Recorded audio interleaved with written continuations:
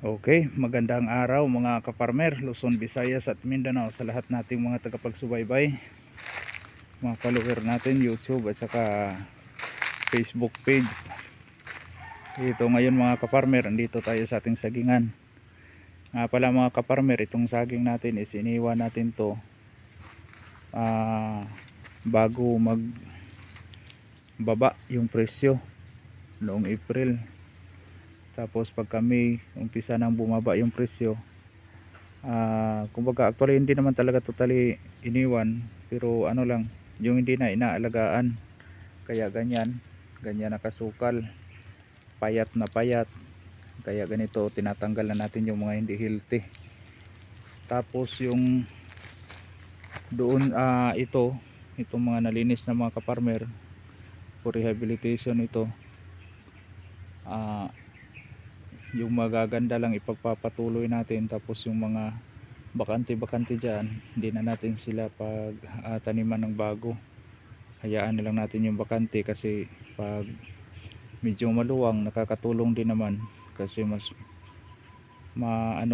maaliwalas, maganda yung penetration ng photosynthesis. So pero yung doon sa dulo, yun karugtong ito, mula kalahati hanggang doon sa dulo, tatanggalin na natin yan. Malimit na lang yung ititira natin, kasi tataniman natin ng talong. Sunod na linggo may i-deliver na, pero yung damo dyan inisprehan ko na yan. Tatanggalin na lang yung mga saging na hindi na pwede. Tapos taniman na natin diretso. Bahala na lang muna yung talong, sila na yung bahala dyan sa lupa. Pagkatapos anuhin lang natin, ipa-follow na lang natin yung sa kanya, pag ma-manage. Dito tinanggal ko na yon. Tapos yung patay na dahon tatanggalin natin. Tapos ito, maraming sigatuka kasi nga mahina yung immune system nito, at saka walang linis-linis. Pero yung mga sigatuka na yan, hayaan na lang yan sila. Kung gaano karami yung matitirang dahon, yun na lang. Ang importante, babalik na sa yung bunga. Hindi naman talagang babalik sa dati, pero gaganda na yung bunga. Hanggang doon sa dulo, malinis na to doon. Hanggang doon, nasa mga 100 meters hanggang doon sa dulo. Tapos hanggang doon pa ibabaw, kasi yung pinakadulo nito, na to natin, gulayan. Yung talong at saka ampalaya nandoon sa dulo, nasa mga 80 meters ang layo. At itong mga magaganda pang puno, yun na lang ang ititira natin. Tapos yung dito, bawasan natin to, kasi tataniman din natin to ng siling labuyo. Ngayon mahal masyado yung napakaganda ang presyo ng labuyo ngayon. Kaso pag magtatanim tayo ng January o February, sasalubong natin yung mura. Pero okay lang, para lang yung area, kaysa sa ganito saging yung nakatayo, tapos ganun kabarato rin yung presyo, wala rin. Okay na lang kahit masalubong yung mura, kasi pinakamaganda magtanim ng labuyo mga kaparmer by June. June yun, kasi noon ako nung presyo, nasa 330 to 350 yung kuha dito sa akin noon. Yung doon, yung labuyo natin doon, at saka yung doon sa ibaba,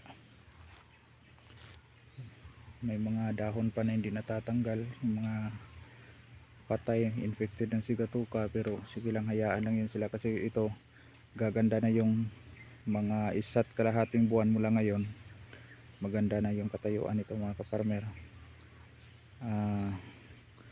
Tapos yung mga dahon kakapal, hindi na gaano maano sa sigatuka. Tapos yung doon sa ibabaw, mayroon ding bagong tanim doon, kaso yung katabi nung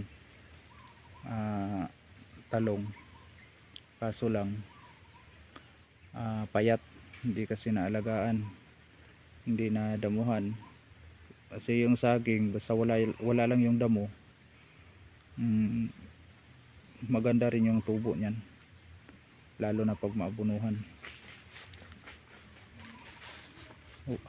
Tapos yung dyan mga kaparmer, may kumpol dyan na may tama ng panama, papatayin ko yan lahat. Mag injection tayo ng pangalan nito, yung glyphosate, i-inject para mapatay talaga siya, napatay yung hanggang sa kinauyuk-uyukan niya.